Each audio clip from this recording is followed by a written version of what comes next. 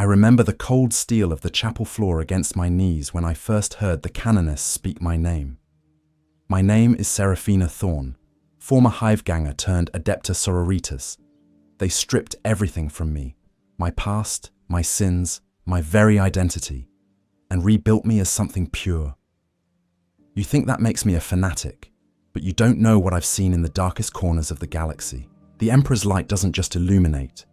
It burns away everything unworthy until only faith remains. I've watched sisters die screaming hymns of devotion, their flesh melting from their bones as they charge demon princes. I've felt the weight of a bolt pistol in trembling hands, knowing each trigger pull was a prayer answered.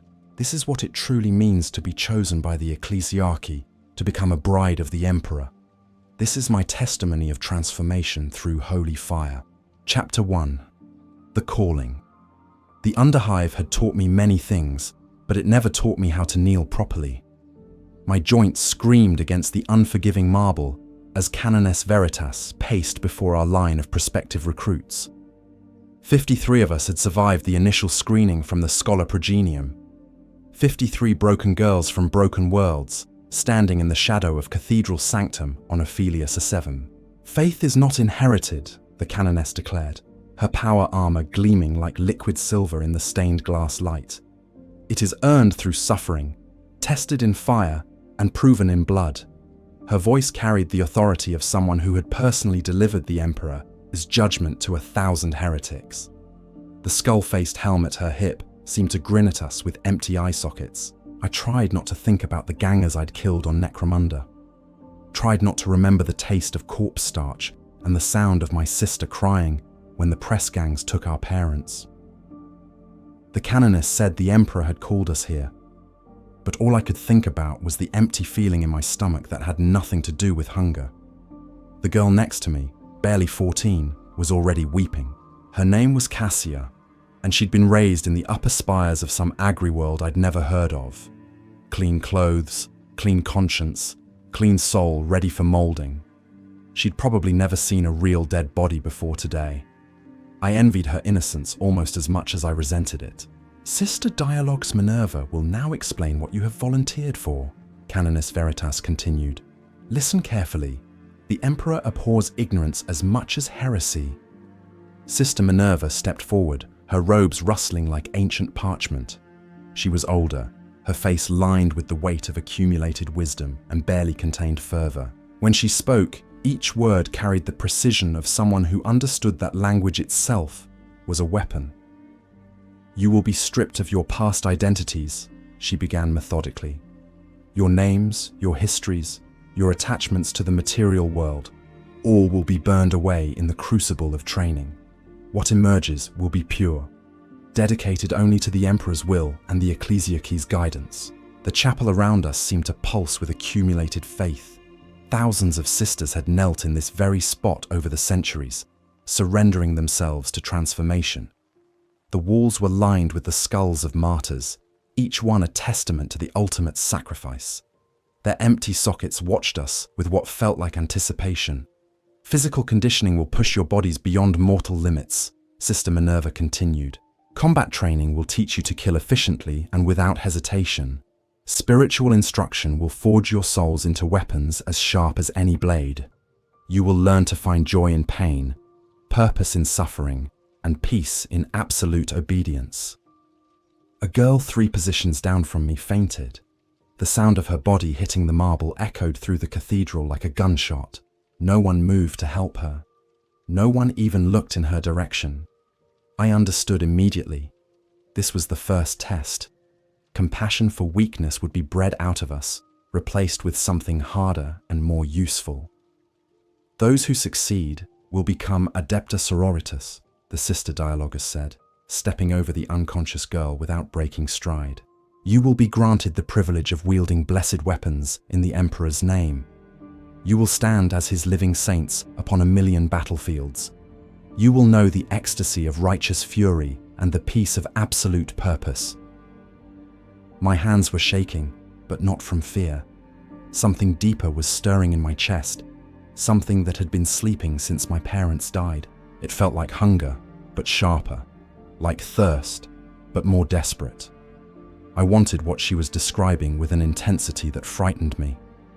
Those who fail will serve the ecclesiarchy in other capacities, Sister Minerva concluded with cold finality.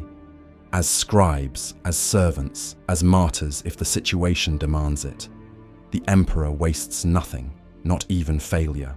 Canoness Veritas stepped forward again, her presence somehow filling the entire cathedral despite her human proportions. You have until dawn to reconsider this path. Any who wish to return to their previous lives may leave now with our blessing and a transport back to your homeworlds. The silence stretched like a held breath. I counted my heartbeats, 127 before anyone moved. A girl from the far end of the line stood up slowly, her face pale but determined. She walked toward the exit with her head held high, and I respected her for it. It took courage to admit defeat before the battle even began. 2 more followed her, then a 4th. Each footstep on the marble sounded like a hammer blow against an anvil. When the great doors finally closed behind them, 49 of us remained. Very well, the Canoness said, something that might have been approval flickering in her augmetic eye. Sister Minerva will escort you to your quarters. You will be awakened at 0300 hours for morning prayers and physical conditioning.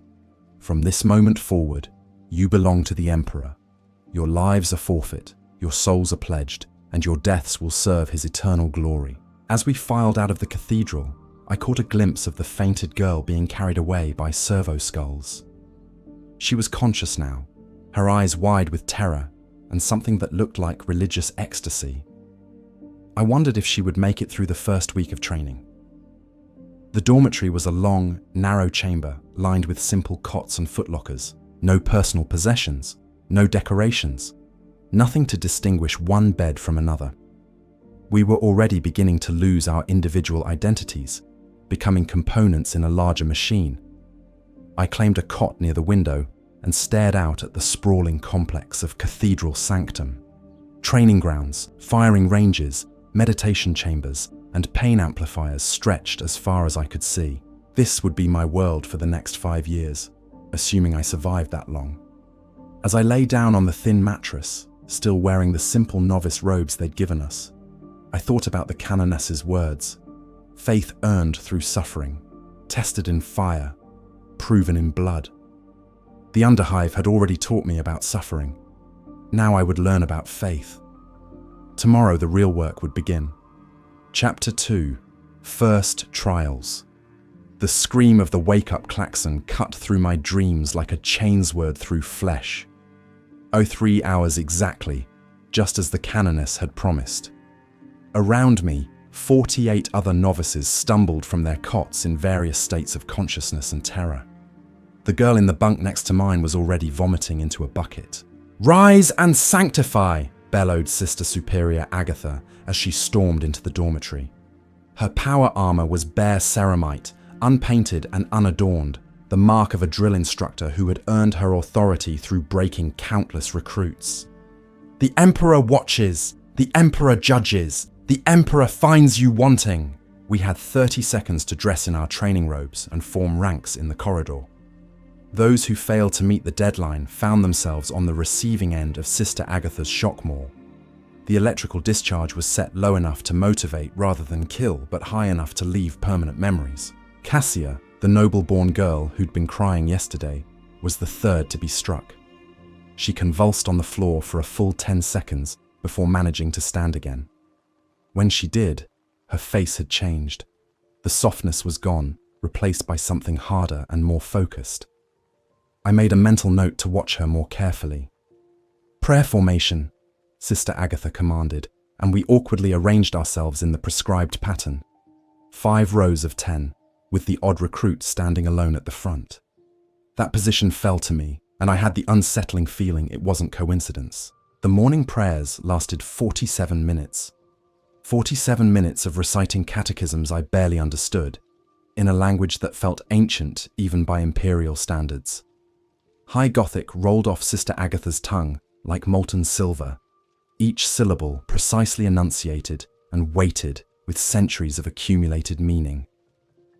"Blessed is the Emperor, for he watches over us we chanted in unison, our voices echoing off the stone walls of the prayer chamber. Blessed is his wrath, for it cleanses the unworthy. Blessed is his mercy, for it grants us purpose. By the 20th minute, my knees were on fire. By the 30th, I could feel blood seeping through my robes where the stone floor had worn away skin. By the 40th, I was experiencing something that felt suspiciously like religious ecstasy. The pain became a kind of meditation, a direct connection to something vast and terrible and beautiful. When the prayers finally ended, we were marched to the refectory for morning meal. Protein paste, vitamin supplements, and sanctified water. The paste tasted like nothing and everything simultaneously, bland enough to be inoffensive, nutritious enough to sustain peak physical performance, and somehow infused with what I could only describe as righteousness. You will learn to find joy in simple sustenance, Sister Agatha informed us as we ate in mandatory silence. Excess is the enemy of purity. Comfort is the gateway to corruption. The Emperor provides what you need, nothing more. After breakfast came physical conditioning. The training yard was a nightmare landscape of obstacles, weights, and pain amplifiers designed to push human physiology beyond its natural limits. Sister Agatha explained the philosophy as we performed our warm-up exercises. "Your bodies are temples of the Emperor," she said, pacing between us as we executed perfect push-ups on scorching metal grating. "But temples require renovation. You will tear down the weak flesh you were born with and rebuild it as something worthy of housing an imperial soul." The first exercise was simple enough. A 5-kilometer run around the perimeter of the complex. What made it interesting was the 30-kilogram pack each of us had to carry, and the fact that anyone who fell behind would be left to catch up on their own. In the underhive, I'd learned to run from gangers, from enforcers, from things that hunted in the dark, but I'd never run with such weight, or for such distance, or with the Emperor himself supposedly watching my performance. 3 recruits collapsed before the halfway point. I wanted to help them, but Sister Agatha's earlier words echoed in my mind. Compassion for weakness would be bred out of us. I kept running, even as my lungs burned and my legs felt like they were filled with molten lead. Cassia surprised me by finishing 4th. The girl who'd been vomiting a few hours earlier now ran with mechanical precision, her face set in an expression of grim determination. Whatever nobility had softened her upbringing, it hadn't made her weak where it mattered. "Acceptable," Sister Agatha announced when the last of us had staggered across the finish line. "Now we begin weapons training." The armory was a cathedral of destruction. Bolt pistols, flamers, meltaguns, chainswords, and power weapons of every description lined the walls in perfect geometric patterns. Each weapon was blessed, maintained with religious devotion, and treated as a sacred relic. We would earn the right to touch them through demonstrated faith and proven competence. For now, we were issued simple las pistols and training swords. The las pistol felt alien in my hands, heavier than I'd expected, perfectly balanced, humming with barely contained energy. The training sword was simple steel, but it had been forged in the same workshops that produced blessed weapons for full sisters. Even practice equipment was treated as holy. "A weapon is an extension of your will," Sister Agatha explained as we took our positions on the firing range. "Your will is an extension of your faith. Your faith is an extension of the Emperor's divine purpose. Therefore, every shot you fire is a prayer made manifest." The first time I squeezed the trigger, the las beam went wide of the target by nearly a meter. The second shot was closer, but still missed the center ring. By the third shot, I was beginning to understand the weapon's temperament. By the 10th, I was hitting the target consistently, but consistency wasn't enough. Sister Agatha demanded perfection, and she was willing to use pain as a teaching tool to achieve it. Recruits who missed the target found themselves subjected to increasingly unpleasant consequences. Electrical shocks, exposure to combat stims, meditation in pain amplifiers. Each failure was met with escalating correction. "Pain is the Emperor's gift to the faithful," she explained as one recruit writhed under the touch of her shock maul. It teaches lessons that comfort cannot. It builds strength that ease cannot. It forges character that luxury cannot. The melee combat training was even more brutal. We paired off and fought with blunted training weapons under Sister Agatha's watchful eye. No protective gear, no safety regulations, no concern for anything beyond teaching us to kill efficiently and without hesitation. My first opponent was a girl named Thadia from some forge world I'd never heard of. She was taller than me, stronger than me, and had obviously received some formal combat training before arriving at Cathedral Sanctum. She should have demolished me in seconds. But the underhive had taught me things that formal training couldn't. Dirty fighting, improvisation, the willingness to take pain in order to inflict it. When she came at me with a textbook overhead strike, I stepped inside her guard and drove my knee into her solar plexus. While she gasped for breath, I brought the pommel of my training sword down on the base of her skull. She dropped like a sack of grain. Efficient, Sister Agatha observed, making a note on her data slate. Unorthodox, but efficient. The Emperor cares nothing for style, only results. As Thaddeus was carried to the infirmary, I felt something cold settle in my stomach. I'd hurt her badly, maybe permanently. In the underhive, that would have been just another day's survival. Here, it felt like crossing a line I couldn't uncross. But Sister Agatha was already calling the next pair to fight, and I realized this was exactly the point. They were teaching us to divorce action from emotion, duty from compassion, service from self. We were being transformed into weapons, and weapons didn't feel guilt about their use. The day ended with evening prayers and a meal identical to breakfast. As I lay on my cot that night, every muscle in my body screaming with exhaustion, I counted our numbers. 45 recruits remained. 4 had been taken to the infirmary during combat training, and 1 had simply disappeared sometime after the afternoon weapons drill. Cassia's bunk was 3 down from mine, and I could hear her crying softly in the darkness. Not from pain or fear, those tears I would have understood. These sounded like tears of loss, as if she was mourning something that had died inside her today. I wanted to comfort her, but I remembered Sister Agatha's words about compassion for weakness. Instead, I closed my eyes and tried to sleep. Tomorrow would bring new trials, new pain, and new opportunities to prove our worthiness. The Emperor, they said, was watching. I hoped he approved of what he saw. Chapter 3. Breaking Point. Week 3 brought the Psyker trials, and with them, the first real glimpse of what the galaxy held for those deemed worthy of the Emperor's service. We had been reduced to 37 recruits through attrition, injury, and what Sister Agatha euphemistically called doctrinal realignment. Those who remained had already shown the basic requirements: physical capability, mental resilience, and the capacity for absolute obedience. Now they would test our souls. The trial chamber was unlike anything I had seen in Cathedral Sanctum. Where everything else was built from honest stone and sanctified metal, this place hummed with technologies that predated the Imperium itself.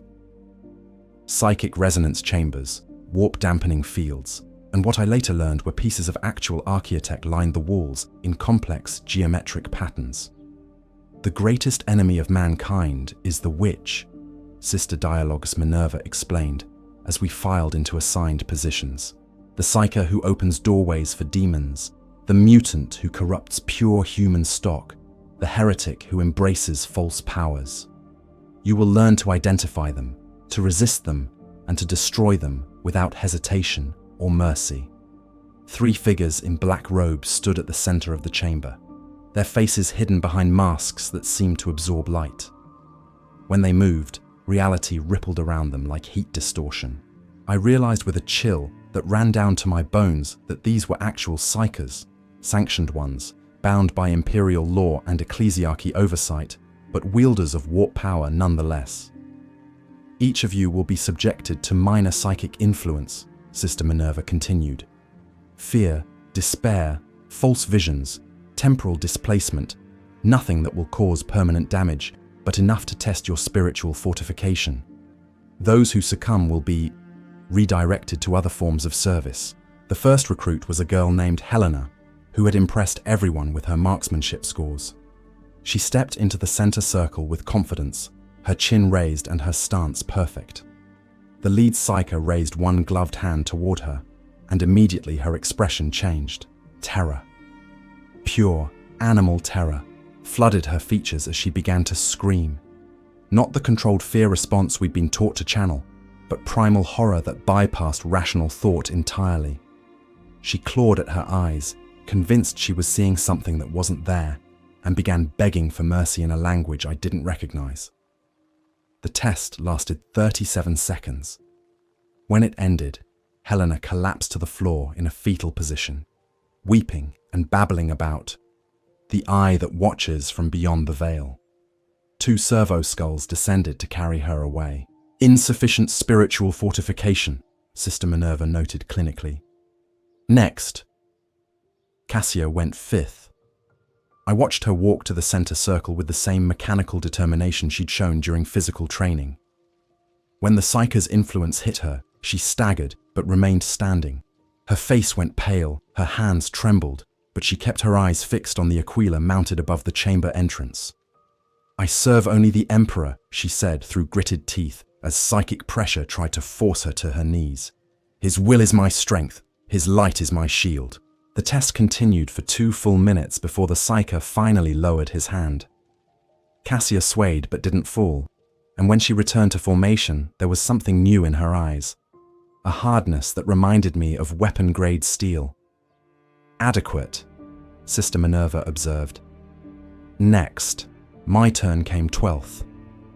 As I walked to the center circle, I tried to prepare myself for whatever horrors they were about to inflict.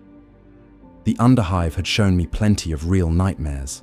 Starvation, violence, the casual cruelty of those with power over those without. How much worse could a psyker's illusions be? I found out quickly. The moment the psychic influence touched my mind, I was 8 years old again, watching my parents disappear into the maw of a press gang transport. But this time, I could see their faces clearly as the doors closed. This time, I could hear my mother calling my name. This time, I knew it was my fault for not being good enough, fast enough, strong enough to save them. The guilt hit me like a physical blow. Every decision I'd made, every person I'd failed, every moment of weakness or selfishness played out in perfect, agonizing detail. The psyker wasn't just showing me fear, he was showing me truth. The truth of what I really was beneath all the training and conditioning.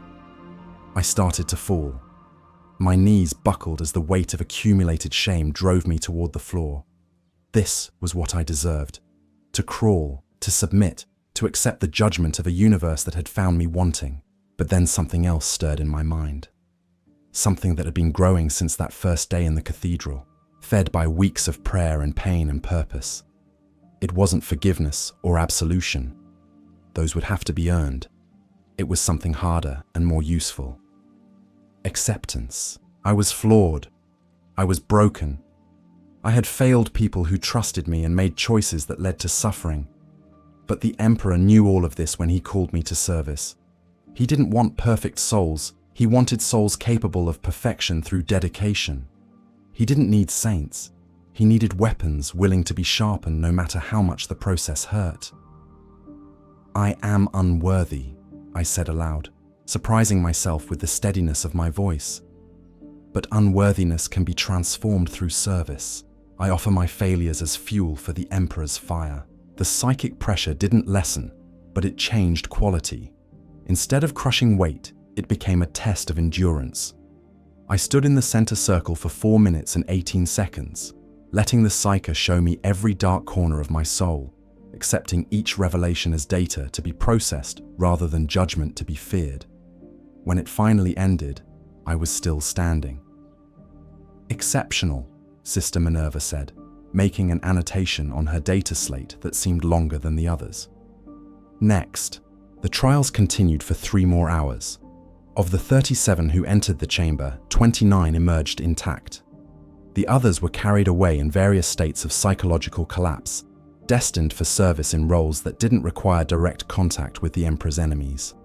But the real revelation came that evening, during the meditation period that followed evening prayers.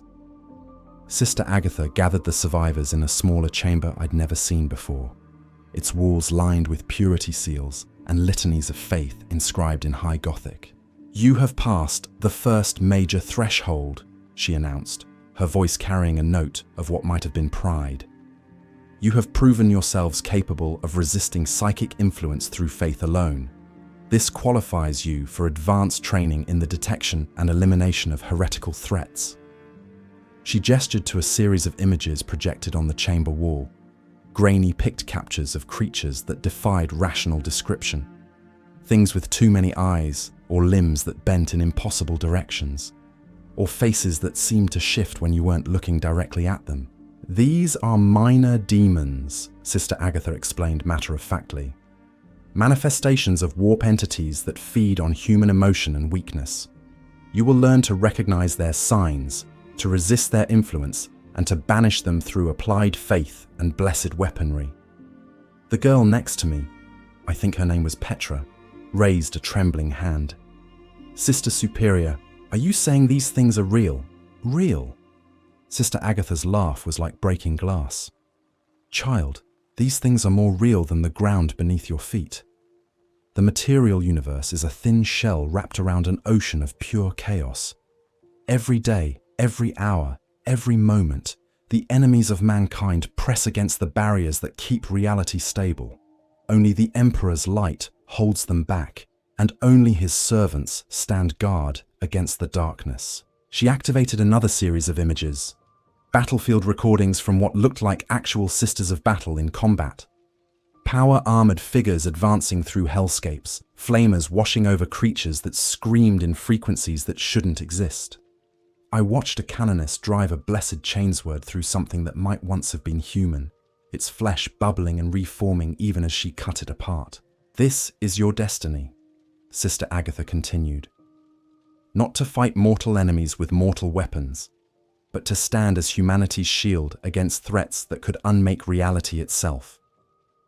You will face things that would drive normal humans mad with terror.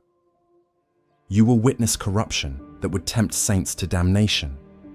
You will make choices that will haunt you for whatever remains of your lives." The chamber fell silent except for the soft hum of atmospheric recyclers.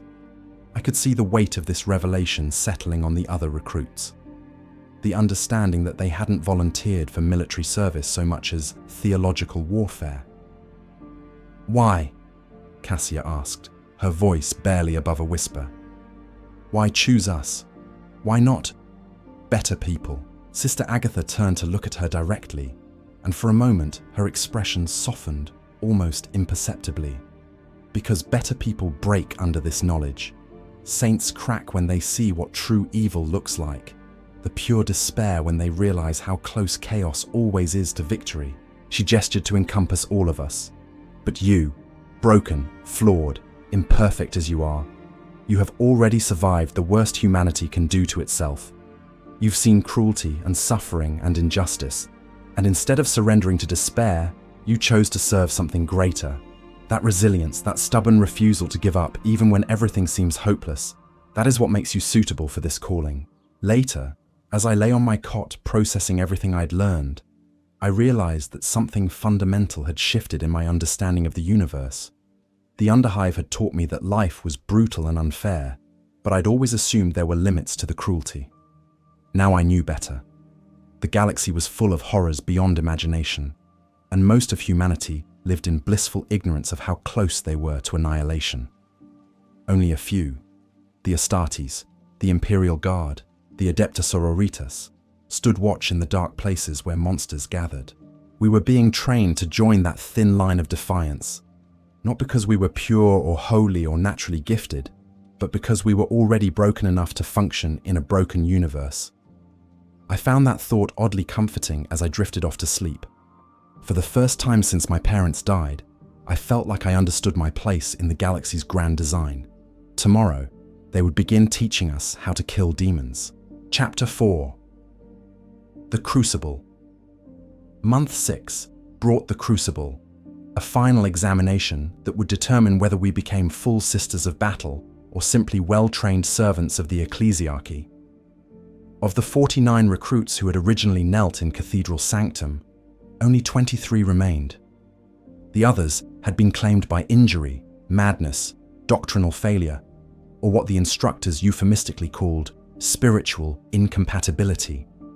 The survivors had been transformed into something that barely resembled our former selves. 6 months of prayer, pain, and purpose had burned away everything soft or uncertain, leaving behind 23 weapons in human form. We moved with mechanical precision, spoke in the cadences of litanies, and dreamed in high Gothic. But theory and practice were different things, as Sister Superior Agatha reminded us on the morning of our final trial. "You have learned to resist corruption," she announced as we stood in formation before the armory. "You have proven your faith under controlled conditions. You have demonstrated competence with blessed weapons and tactical doctrine. Now you will face the real test, actual combat against the Emperor's enemies." For the first time since our arrival, we were issued true weapons of war, not training equipment or practice gear, but honest instruments of the Emperor's wrath. Bolt pistols blessed by Cardinal Morvain himself, chainswords sanctified in the blood of martyrs, carapace armor inscribed with purity seals and litanies of protection.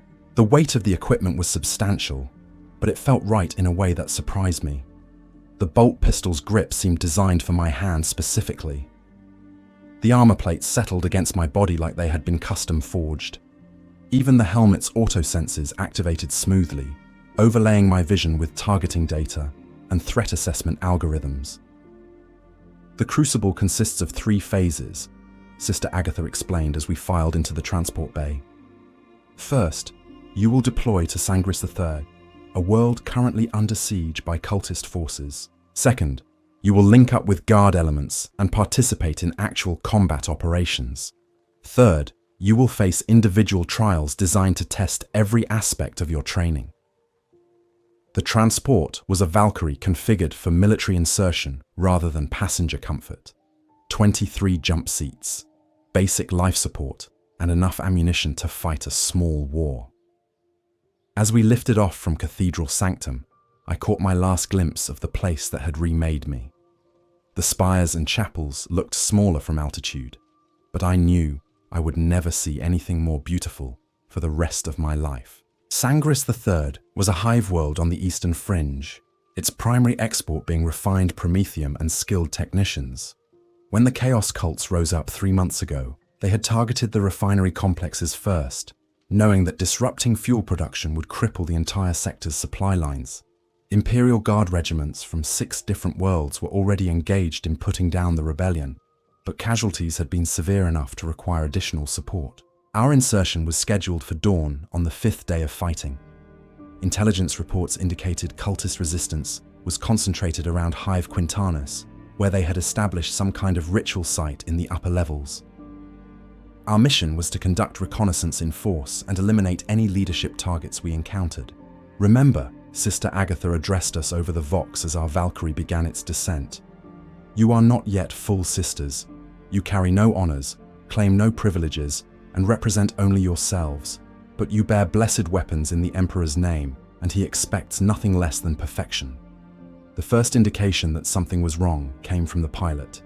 "Contact," his voice crackled through the comm system. "Multiple airborne hostiles approaching from bearing 270. Looks like improvised aircraft. Crop dusters and cargo haulers with weapons bolted on. Through the transport's narrow windows, I could see them coming. A ragged formation of civilian vehicles converted for combat, their hulls painted with symbols that hurt to look at directly. Even at this distance, the sight of them triggered a psychological response: nausea, disorientation, and an almost irresistible urge to look away. "Chaos corruption," Cassia observed, her voice steady despite the circumstances. "The symbols are designed to induce fear and confusion in unprotected minds." She was right. 6 months of training had taught us to recognize the signs of warp taint, even in its most subtle forms. These weren't just rebels with grafted-on weapons. They were active servants of the ruinous powers, and their very presence was a threat to local reality. "Defensive positions," Sister Agatha commanded. "If they bring us down, we complete the mission on foot. The battle was brief, but vicious. Cultist aircraft opened fire with a mixture of conventional ordnance and what looked like modified industrial equipment.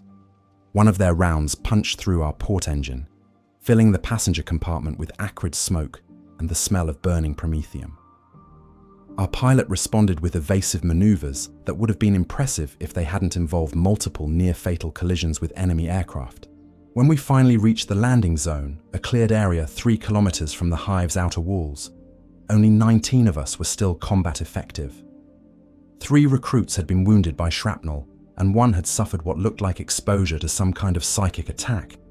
She was conscious, but kept mumbling about the whispers in the flame and wouldn't respond to direct commands. "Form up and advance," Sister Agatha ordered, seemingly unaffected by the fact that we'd lost nearly a quarter of our strength before even reaching the ground. The Emperor judges us by our response to adversity, not our initial circumstances.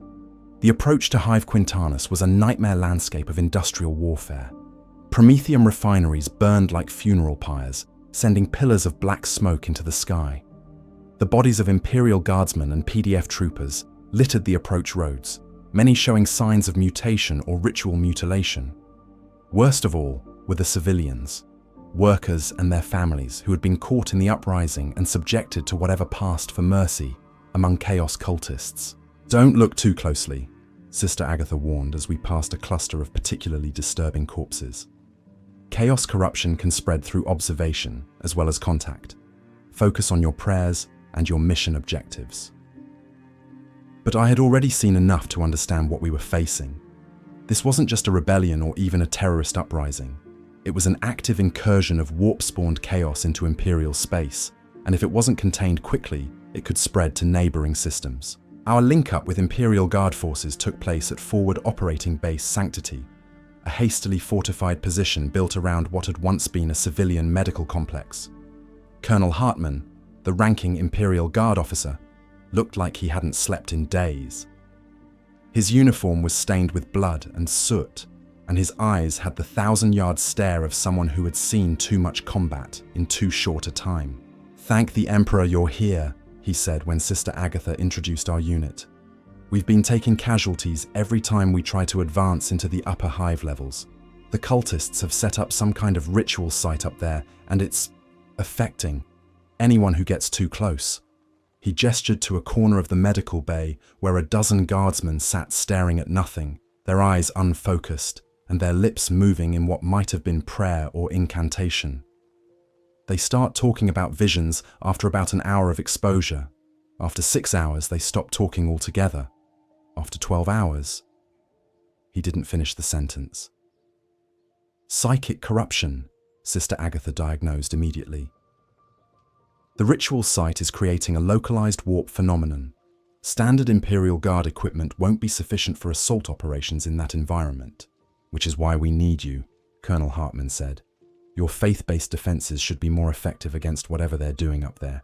If you can penetrate to the ritual site and eliminate the leadership, the remaining cultists should be manageable." The assault began at midnight, timed to coincide with the lowest point of local psychic activity, according to the Adeptus Mechanicus Tech Adepts. 23 novice sisters of battle, supported by a company of veteran guardsmen and a squad of combat engineers, advancing into the belly of a chaos-corrupted hive city. The first 5 levels were relatively normal, abandoned hab blocks and commercial districts showing signs of hasty evacuation, but no obvious corruption. It was at level 6 that things began to change. The walls started to bleed.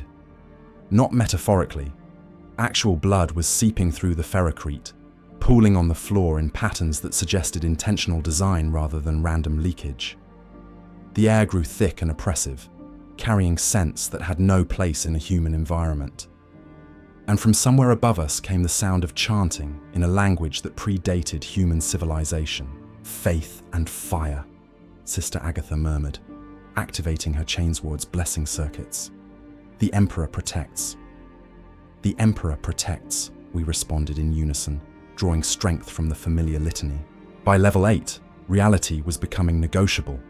Corridors stretched longer than they should, Doorways opened onto rooms that couldn't possibly fit in the available space, and our chronometers began showing different times despite being synchronized before the mission.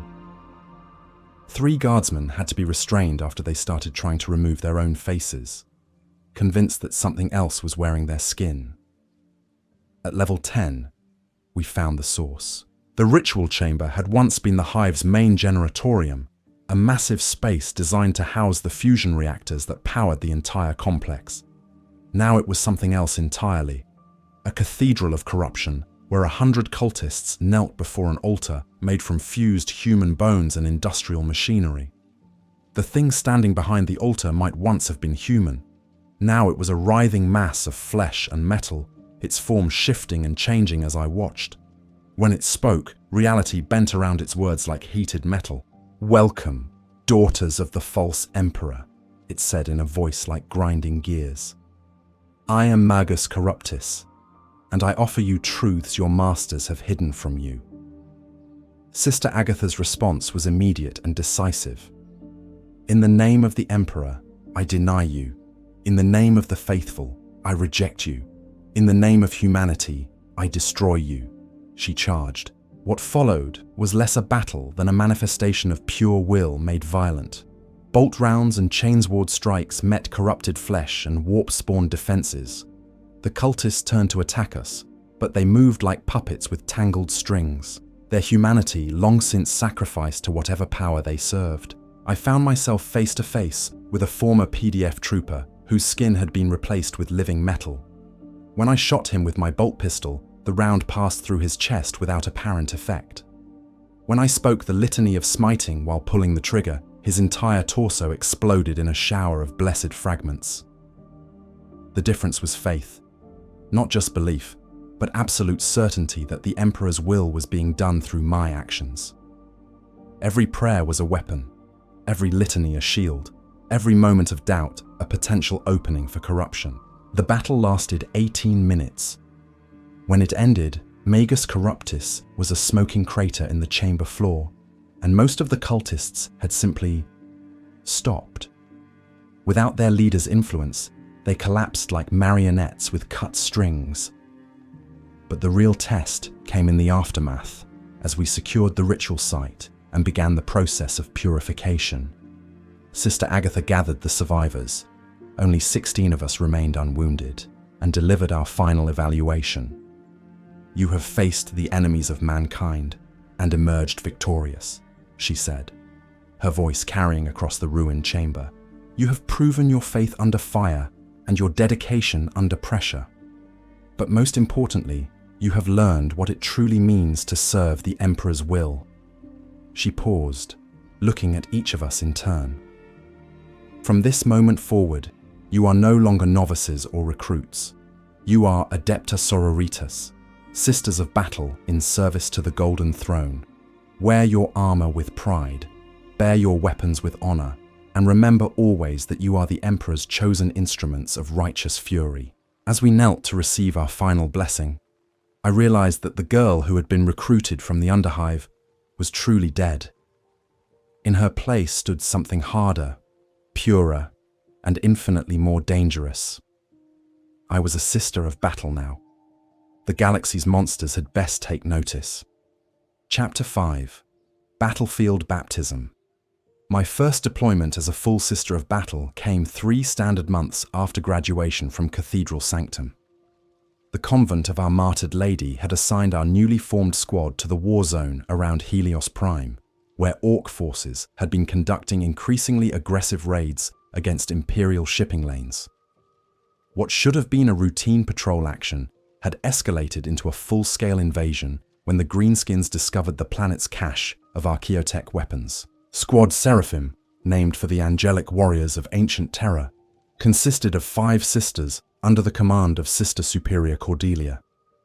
Besides myself, there was Sister Cassia, whose noble upbringing had been completely subsumed beneath layers of tactical doctrine and righteous fury. Sister Thadia, the Forge Welder who had become our heavy weapons specialist despite my having knocked her unconscious during training. Sister Petra, a former gang enforcer from Necromunda who understood urban warfare better than anyone. And Sister Magdalena, a former scribe whose analytical mind had made her our designated tech specialist. Our transport was a Rhino APC blessed by tech marines and sanctified with the blood of martyrs. Its armor bore the scars of a dozen previous engagements. Each impact crater and lass burn a testament to the vehicle's service record.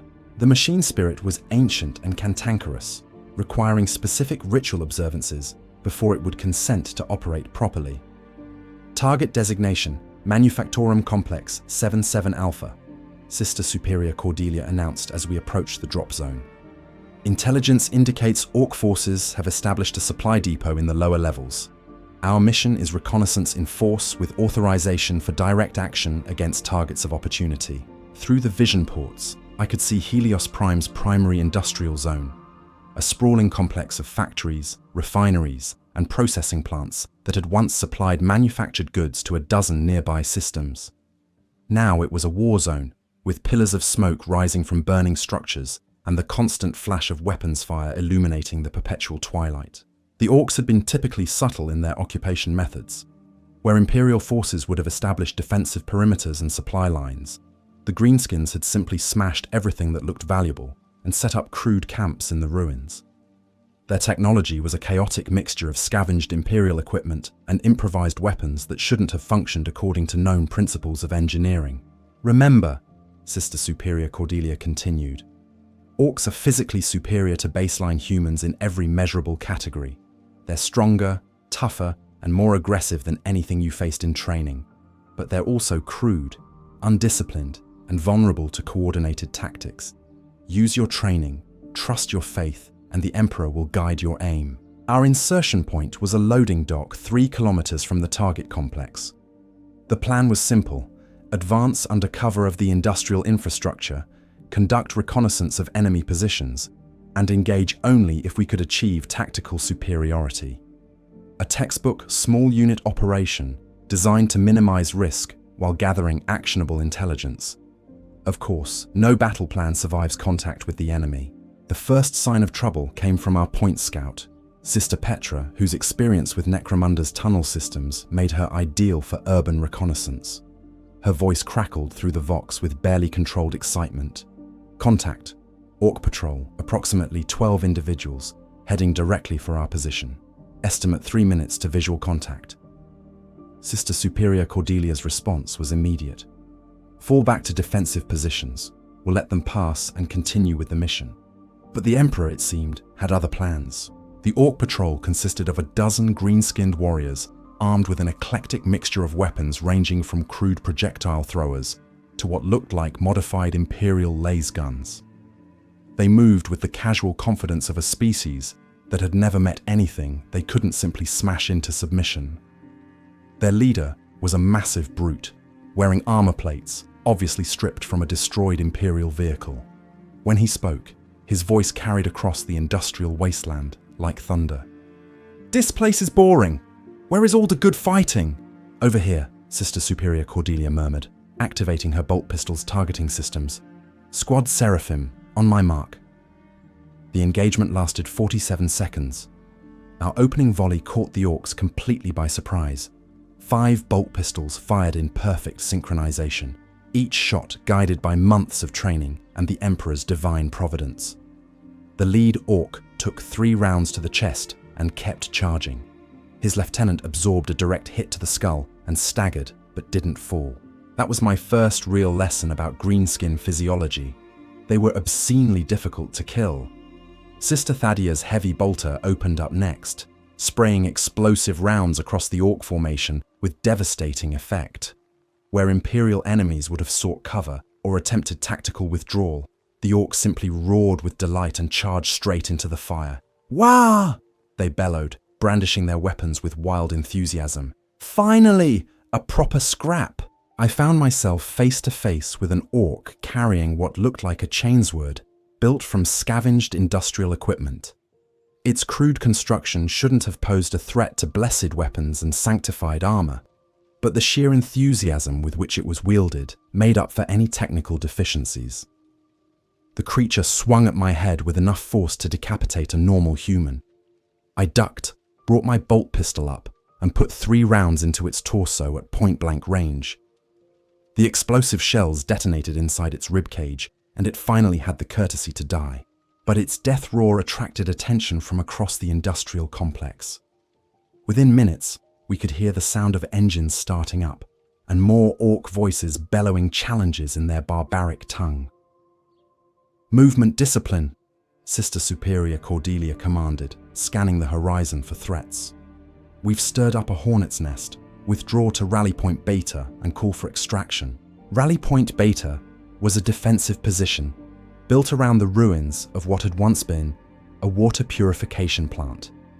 The Emperor's providence had left us with good fields of fire and multiple avenues of retreat, but we were still vastly outnumbered by an enemy that seemed to view hopeless odds as an invitation to party. The Orc assault came in waves, each one more disorganized but enthusiastic than the last.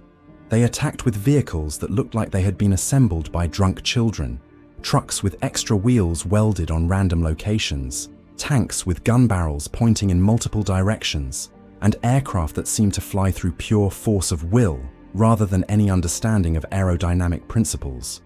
But chaotic didn't mean ineffective. Sister Magdalena was the first casualty, caught by a lucky shot from an orc sniper using what appeared to be a modified autocannon. The round punched through her carapace armor like it was made of parchment, and she dropped without a sound. By the time I reached her position, she was already reciting the final prayer, her life flowing out through a wound that no human could survive. "The Emperor protects," she whispered as her eyes lost focus. Tell them I served faithfully." Sister Petra was next, overwhelmed by 3 orcs who had managed to flank our position through a drainage tunnel. I watched her fight with chainsword and bolt pistol, holding them off long enough for the rest of us to reposition, but the numbers were simply too great. When the combat finally ended, she was lying motionless beneath a pile of green-skinned corpses. That left 3 of us, myself, Cassia, and Thaddeus, facing what looked like an entire orc warband. Our ammunition was running low, our armor was damaged, and extraction was still 20 minutes away, according to our last Vox contact. "Suggestions?" Sister Superior Cordelia asked, her voice remarkably calm considering our circumstances. "We could try to break contact and evade until extraction arrives," Cassia suggested, checking the power cell on her bolt pistol. "Use the industrial infrastructure for cover and avoid direct engagement. Or we could make them pay for every meter," Thaddeus countered, hefting her heavy bolter. "Go down fighting and take as many of them with us as possible." I looked at the approaching orc forces, at least 50 vehicles and several hundred infantry, all converging on our position with the sort of joyful bloodlust that made greenskins so dangerous. Then I looked at my surviving sisters, and something crystallized in my mind. "We follow the Emperor's will," I said, surprised by the certainty in my own voice. "And right now, his will is that these orcs don't get to enjoy their victory." Sister Superior Cordelia smiled, and activated her chainsword. "Squad Seraphim, advance to contact, for the Emperor." What followed was less a tactical engagement than a manifestation of pure faith made violent.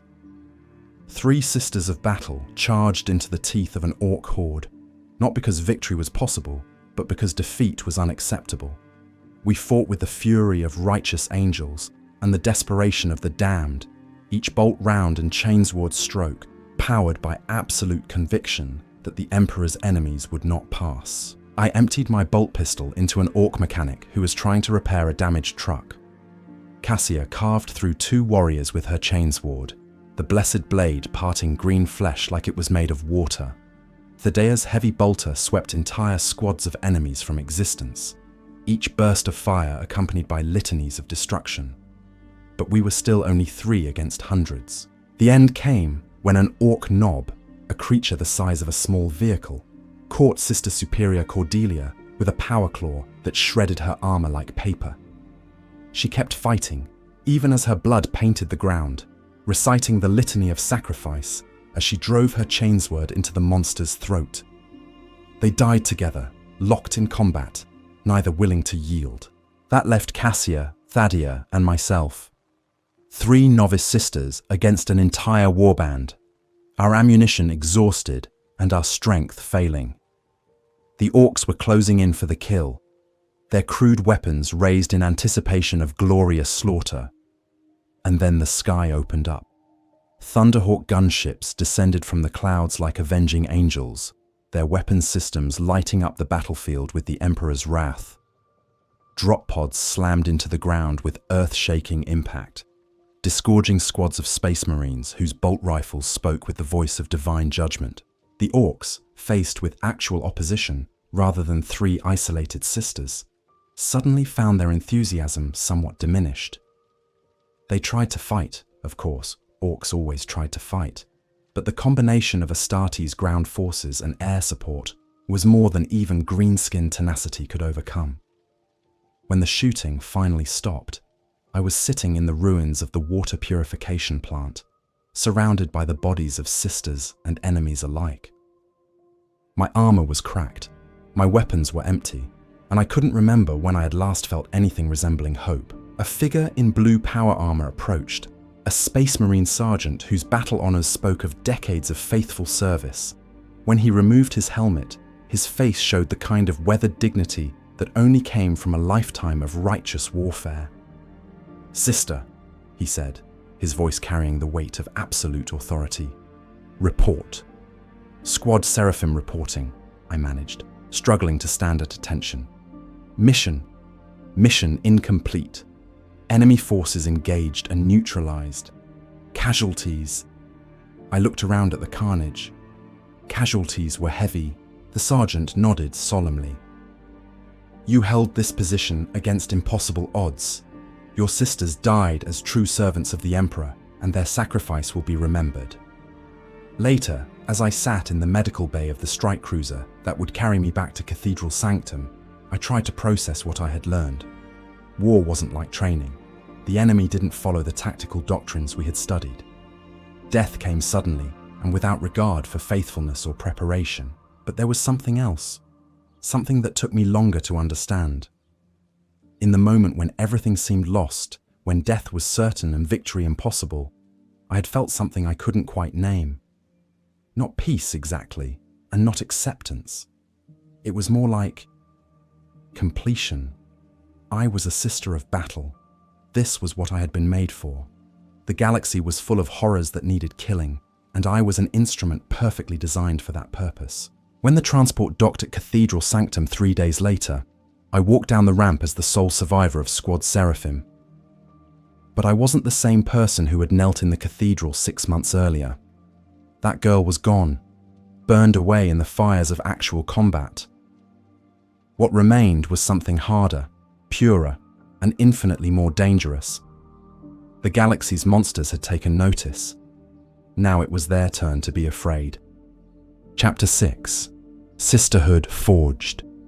Returning to Cathedral Sanctum as the sole survivor of my first deployment should have felt like failure. Instead, it felt like graduation. The girl who had knelt in the cathedral 9 months earlier was truly dead now, burned away in the fires of actual combat. What remained was something harder, purer, and infinitely more focused on the Emperor's will. The debriefing took place in the same chamber where I had first heard Sister Dialogus Minerva explain our destiny. Now I sat across from Canoness Veritas herself, my after-action report spread between us like evidence in a trial. 3 data slates contained the tactical details, casualty reports, and combat assessments that would determine my future within the Order.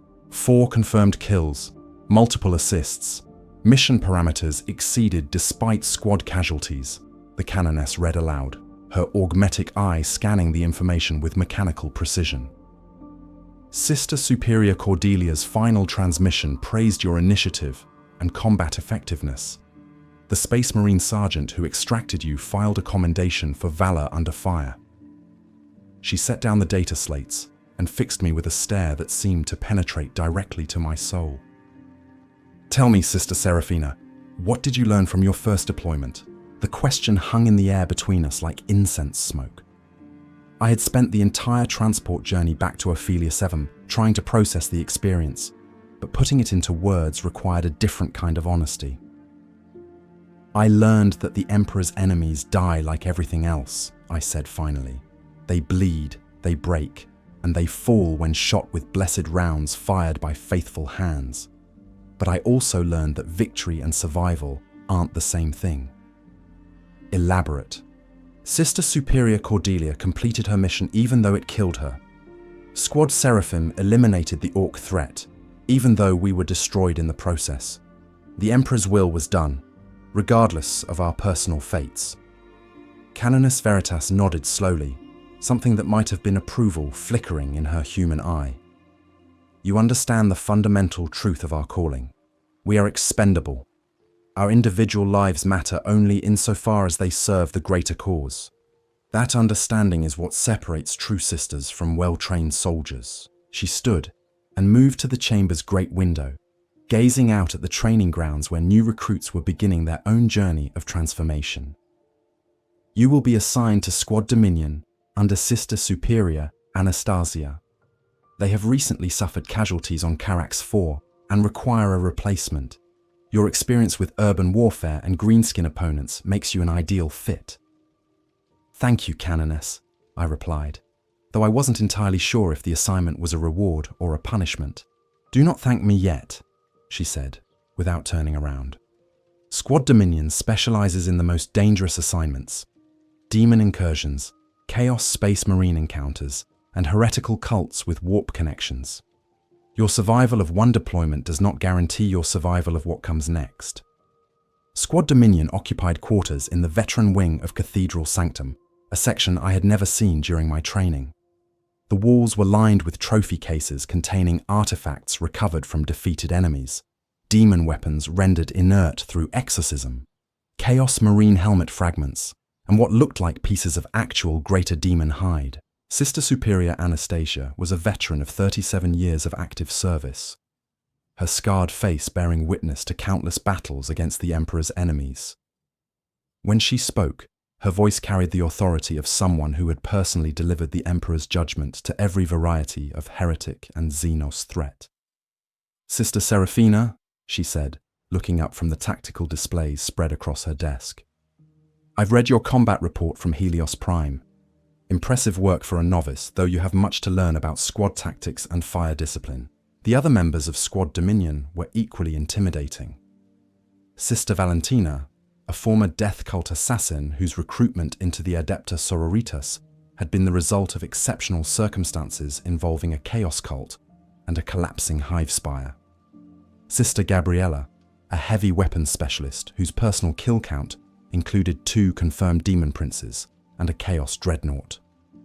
Sister Lucretia, a former inquisitorial acolyte whose knowledge of heretical practices was matched only by her skill at purging them. You'll be taking Sister Cordelia's place as our close assault specialist, Sister Superior Anastasia explained, gesturing to a display case containing weapons and equipment. Blessed Chainsword, sanctified bolt pistol, carapace armor with integrated purity seals. The previous owner died killing a chaos sorcerer on Mordian Prime. See that you honor her memory. The gear felt different from my training equipment, heavier, more substantial, imbued with the weight of accumulated service. The Chainsword's machine spirit was ancient and demanding, requiring specific ritual observances before it would consent to operate. The bolt pistol bore the names of 17 previous owners etched into its stock, each one a sister who had died in service to the Golden Throne. Your first mission with us begins tomorrow, Sister Valentina informed me, checking the power cells on her own weapons. Pilgrimage World of Sanctus Gloriana has gone silent. Last transmission mentioned visions and divine inspiration before cutting off entirely. The Ecclesiarchy is concerned about potential heretical influence. Investigation and purification, Sister Gabriella added with grim satisfaction. My favorite kind of assignment. The journey to Sanctus Gloriana took 8 standard days aboard the strike cruiser Divine Retribution. I spent the time studying intelligence reports and adjusting to my new squad's tactical doctrine. Where Squad Seraphim had operated as a general-purpose unit, Squad Dominion was specifically equipped for confronting supernatural threats that would drive normal humans insane. The ship's chaplain, a severe man named Matthias, conducted daily prayer sessions that focused on protection against psychic influence and corruption. "Faith is your shield," he intoned during the final service before planetfall. "Doubt is the enemy's gateway into your soul. Trust in the Emperor's protection, and no demon or sorcerer can touch you." Sanctus Gloriana was a shrine world dedicated to Saint Sabbat the Martyr, its surface covered with cathedrals, monasteries, and pilgrimage sites that attracted faithful from across the sector. When we arrived in orbit, the planet looked normal from space. No signs of invasion, orbital bombardment, or obvious chaos corruption. But something was wrong with the Vox transmissions. Instead of the usual mixture of administrative chatter and religious broadcasts, the planet's communications consisted entirely of what sounded like prayer. Not the formal litanies we knew, but spontaneous expressions of religious ecstasy that grew more intense with each passing hour. "Blessed are the faithful," one voice repeated endlessly. "Blessed are the chosen. Blessed are those who see with clear eyes." Textbook signs of heretical influence, Sister Superior Anastasia diagnosed as we prepared for atmospheric insertion. Mass religious delusion, usually triggered by psychic manipulation or warp entity interference. Our mission is to locate the source and eliminate it before the corruption spreads. Our landing site was the primary spaceport outside Cathedral Gloriana, the planet's capital and largest pilgrimage destination. The facility should have been bustling with arriving faithful and departing merchant vessels. Instead, it was completely abandoned, except for a single ground crew member who stood motionless beside our landing pad. He was a middle-aged man, wearing standard technical robes, but when he turned to greet us, his eyes were completely white. Not blind, the irises had simply disappeared, replaced by a milky luminescence that seemed to glow with internal light. "Welcome, sisters," he said in a voice like honey and broken glass. "The saint has been expecting you." Sister Valentina's hand moved to her bolt pistol, but Sister Superior Anastasia gestured for restraint. "Which saint?" she asked carefully. "The true saint," the man replied, his expression radiating beatific joy. "She who shows us visions of paradise. She who grants us sight beyond sight. She who will remake this galaxy in perfection." That was enough for Sister Gabriella. Her heavy flamer roared to life, washing the corrupted tech adept in sanctified promethium.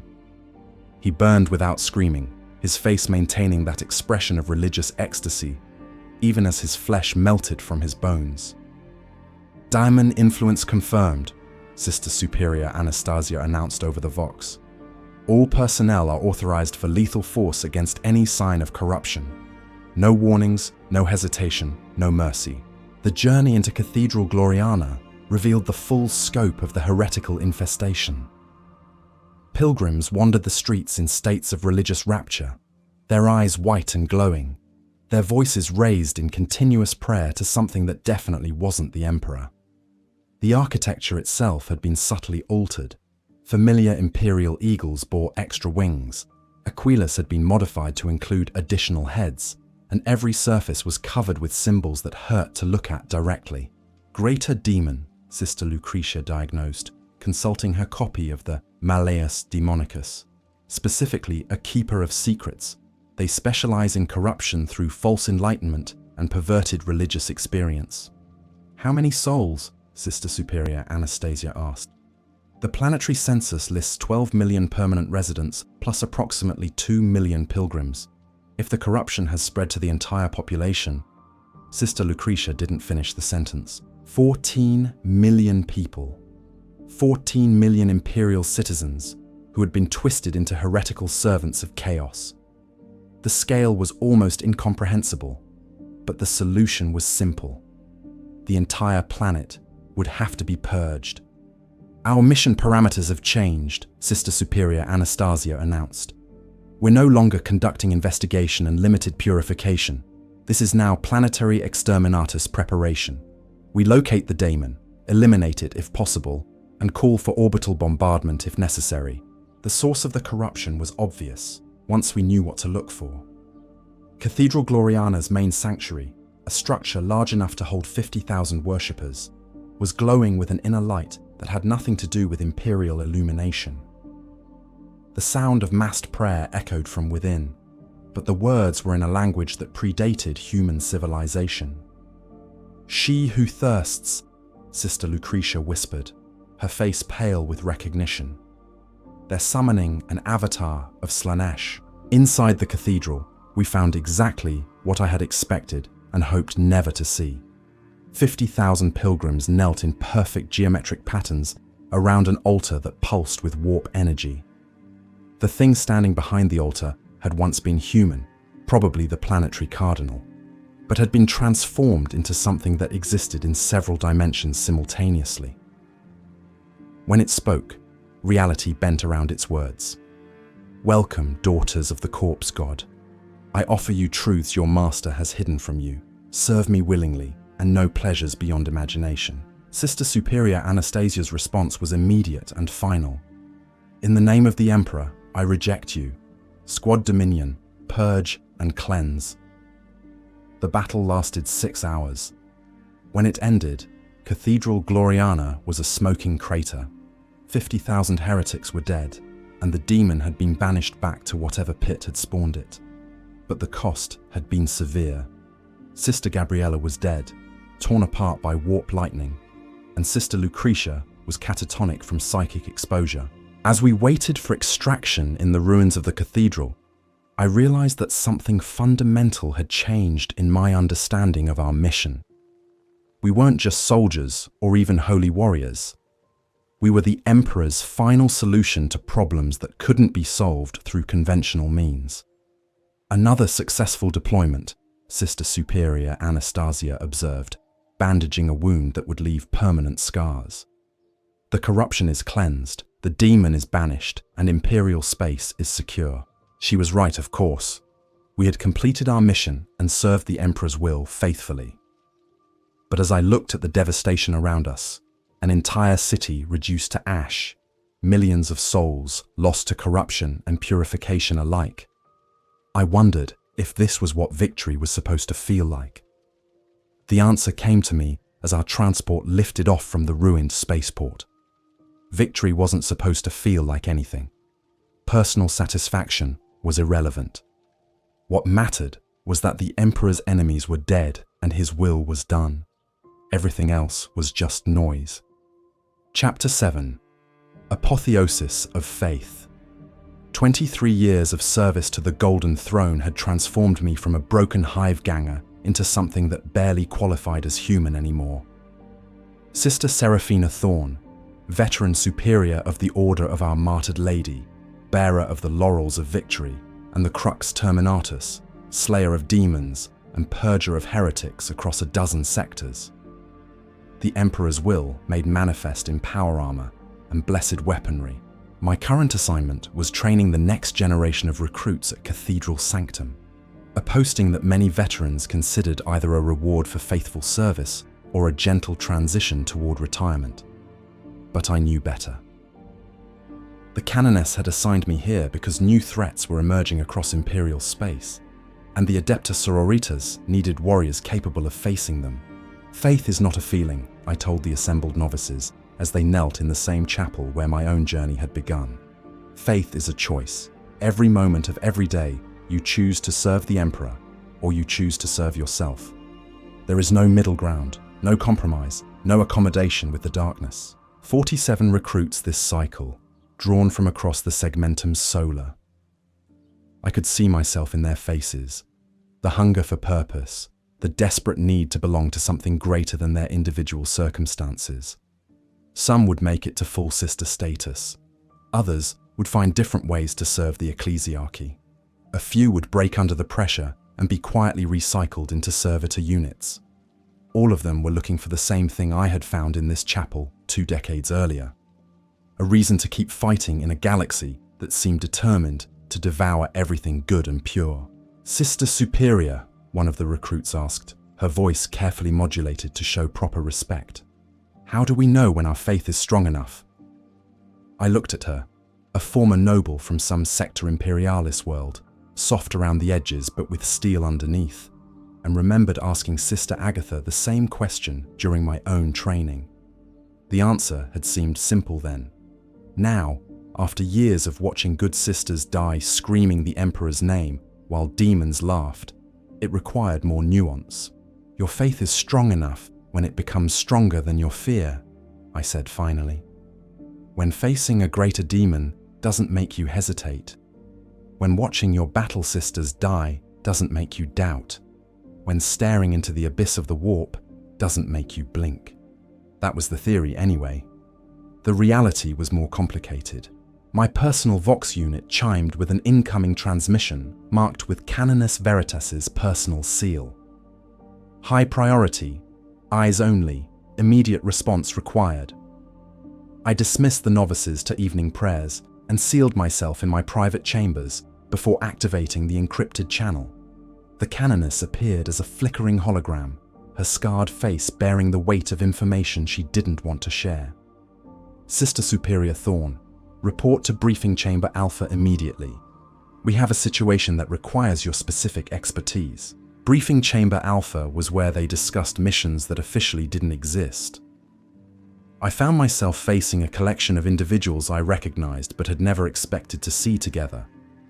Canoness Veritas, Inquisitor Malleus Vex of the Ordo Hereticus, Captain Ultramar of the Space Marines, and a figure in black robes whose face was hidden behind a skull mask.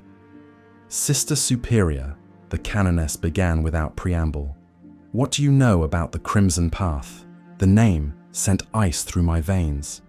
The Crimson Path was a chaos cult that had been operating across Imperial space for over a century, always one step ahead of inquisitorial investigation. They specialized in corrupting existing religious organizations from within, turning faithful Imperial citizens into unwitting servants of the ruinous powers. Chaos cult, Cornate affiliation, suspected of infiltrating multiple shrine worlds, I recited from memory. Last known activity was in the Hadex Anomaly region, estimated membership in the thousands. Considered extremely dangerous due to their recruitment methods and operational security. "That information is 3 months out of date," Inquisitor Vex said, his augmetic voice carrying undertones of barely controlled fury. "Current estimates place their membership in the millions, and they've successfully infiltrated the ecclesiarchy itself." The robed figure leaned forward, and when he spoke, I recognized the voice of an Officio Assassinorum representative. 3 cardinal-level officials have been confirmed as Crimson Path operatives. The corruption extends throughout the upper ranks of the church hierarchy. Captain Ultramar activated a holographic display showing a 3-dimensional map of local Imperial space. Red markers indicated confirmed Crimson Path activity. Yellow markers showed suspected infiltration, and green markers represented systems still considered secure. There was far more red than green. "The situation has reached crisis proportions," he said, in the measured tones of someone accustomed to delivering bad news. "If the Crimson Path achieves their stated objective, the corruption of Terra's ecclesiarchal palace, the consequences could be catastrophic." I stared at the display, trying to process the implications. The ecclesiarchy was one of the fundamental pillars supporting Imperial civilization. If it fell to chaos corruption, the ripple effects would destroy entire sectors. "What does this have to do with me?" I asked, though I suspected I already knew the answer. "You're going undercover," Canoness Veritas said. "Deep cover, long-term infiltration. Your mission is to penetrate the Crimson Path's inner circle and identify their leadership structure." "With respect, Canoness, I'm not exactly inconspicuous. My service record makes me too recognizable for covert operations." "Which is why we're giving you a new identity," Inquisitor Vex interjected. "Sister Seraphina Thorne died heroically fighting chaos cultists on Sanctus Gloriana. The official records will show that her body was never recovered. In her place, we're creating Sister Anastasia Redempta, a former penitent seeking to atone for unspecified crimes through renewed service."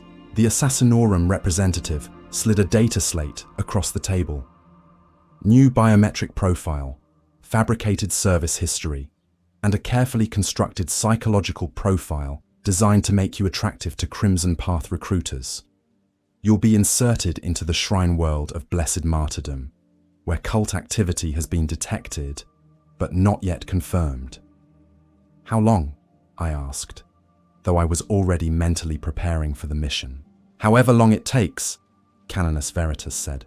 This may be our only chance to eliminate the Crimson Path before they achieve critical penetration of Imperial institutions. 6 months later, I was kneeling in another chapel on another world, wearing different armor and answering to a different name. Sister Anastasia Redemptor of the Order of the Valorous Heart, seeking redemption through faithful service after some carefully unspecified moral failure. Blessed Martyrdom was a peaceful shrine world dedicated to the worship of Saint Alicia Dominica, first abbess of the Adepta Sororitas. Pilgrims came from across the sector to visit the sites associated with her martyrdom, and the local ecclesiarchy maintained a reputation for unusual theological insight and inspiring preaching. It took me 3 weeks to identify the first signs of Crimson Path infiltration. The corruption was subtle. Minor changes in liturgical practices, new theological interpretations that emphasized conflict and struggle over peace and contemplation, prayer sessions that seemed to generate unusual emotional intensity among participants. To anyone without specific training in heretical recognition, it would have looked like normal religious enthusiasm. But I had spent 23 years learning to recognize the signs of chaos corruption, and these definitely qualified. The local cardinal, Erasmus Volk, was a charismatic preacher whose sermons drew crowds from across the planet.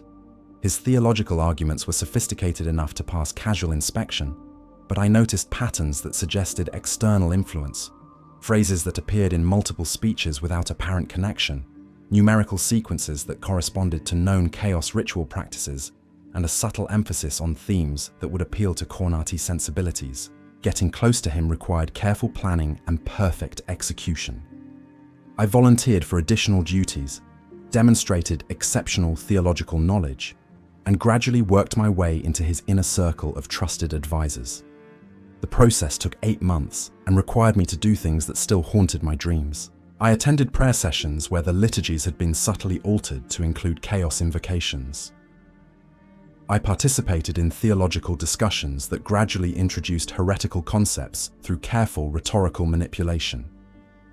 I watched faithful imperial citizens slowly corrupted into servants of the blood god, their transformation so gradual they never realized what was happening. And through it all, I maintained my cover. Sister Anastasia Redemptor, seeking atonement through service, gradually drawn into deeper levels of theological exploration under Cardinal Volk's personal guidance. The breakthrough came during my 14th month on Blessed Martyrdom. Cardinal Volk invited me to participate in a special prayer circle reserved for his most trusted advisors, 12 sisters and clergy members who had demonstrated exceptional spiritual insight and dedication. The prayer circle met in the cathedral's basement, in a chamber I had never seen before. The walls were lined with symbols that had been subtly modified from standard imperial iconography. Aquilas, with 8-pointed stars instead of skulls, saints' halos that incorporated brass details, prayer texts written in scripts that predated the Imperium. Tonight, we commune with the true divine, Cardinal Volk announced, his voice carrying undertones of anticipation and something that might have been hunger. Tonight, we receive visions that will guide our future service. The ritual began normally enough. Standard prayers, familiar litanies, the kind of devotional practices I had performed thousands of times. But gradually, the words began to change. Imperial saints were replaced with entities I didn't recognize. The Emperor's name was spoken less frequently, and when it was mentioned, it was in contexts that subtly diminished his authority. By the time I realized what was happening, it was too late to withdraw without exposing my mission. Blessed are the faithful, the 12 voices chanted in unison, though the words weren't in any language I had been taught. Blessed are the chosen. Blessed are those who serve the true gods. Cardinal Volk raised his arms, and the chamber filled with a presence that had nothing to do with imperial divinity. When he spoke, his voice carried harmonics that shouldn't have been possible from human vocal cords. Corn cares not from whence the blood flows, only that it flows. Tonight, we offer the first sacrifice to inaugurate our new covenant. The sister standing next to me, a woman I had known for over a year, someone I had prayed with and fought alongside, drew a ritual dagger from beneath her robes. Her eyes were no longer blue but brass-colored, and when she smiled, her teeth had been filed to points. "For the blood god," she whispered, raising the blade toward my throat. I caught her wrist before the strike could land, twisted her arm until I heard bones break, and drove my hidden knife into her heart. As she collapsed, I turned to face Cardinal Volk and the 11 remaining cultists. "In the name of the Emperor," I said, drawing my concealed bolt pistol, "I reject you." The battle that followed lasted 17 minutes. When it ended, 12 Chaos cultists were dead. The ritual chamber was in ruins, and I was bleeding from multiple wounds.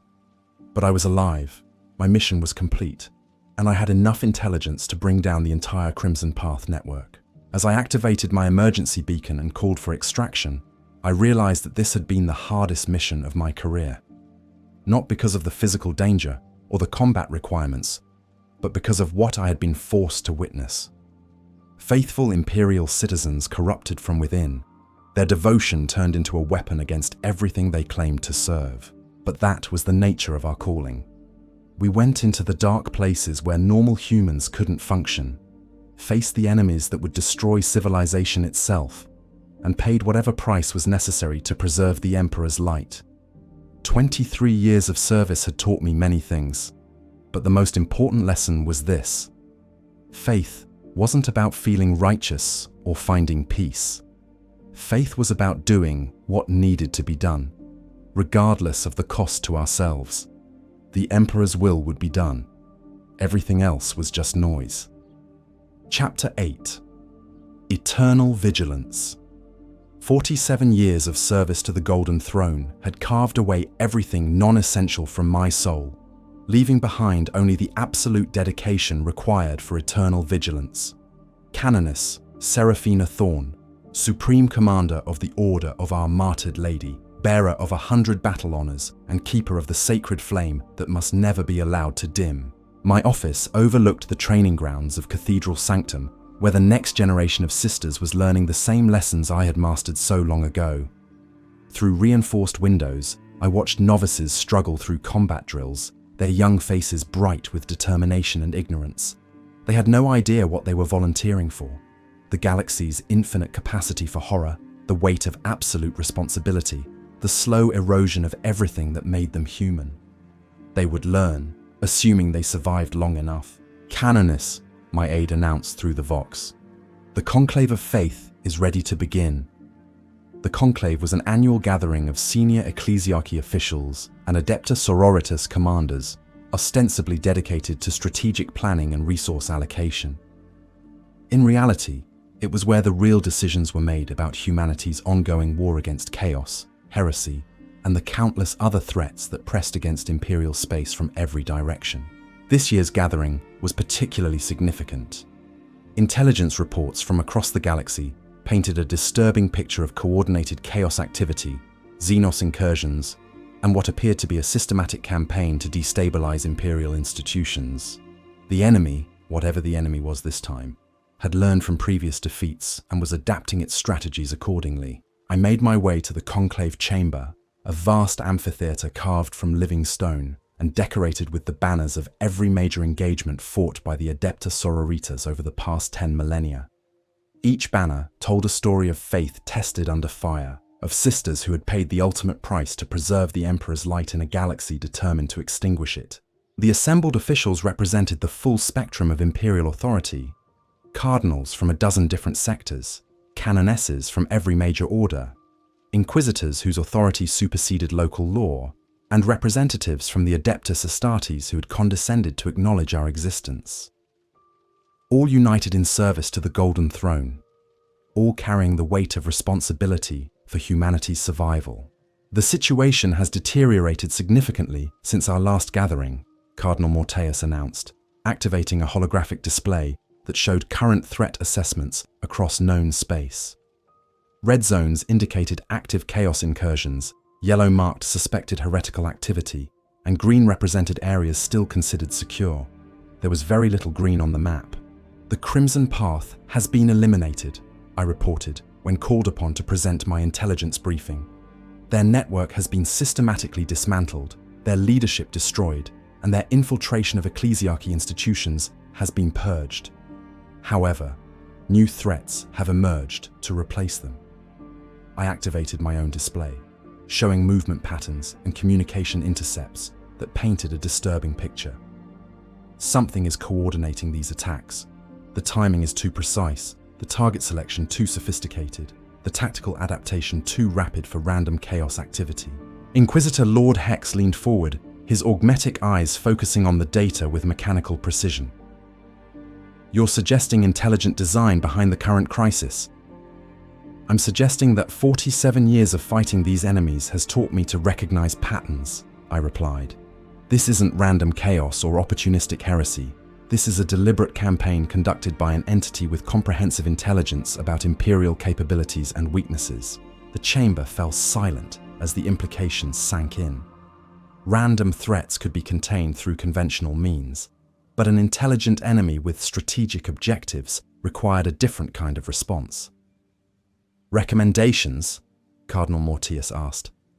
I had been preparing for this question for months, analyzing intelligence reports and combat data from across the galaxy. The answer was simple in concept, but devastating in its implications. "Total mobilization," I said. "Every available sister, every blessed weapon, every sacred relic deployed in a coordinated defense of critical Imperial installations. We assume that every major shrine world, forge world, and hive world is a target and act accordingly." "The economic disruption alone would be catastrophic," protested Cardinal Voss, whose sector was responsible for significant industrial production. "Pulling that many military assets out of normal rotation would cripple trade, suppress pilgrimage activity, and destabilize local governments. The alternative is watching the Imperium fall to coordinated chaos assault," I countered. "Your economic concerns are irrelevant if there's no civilization left to maintain them." The debate continued for 6 hours, covering everything from resource allocation to theological implications of large-scale military mobilization.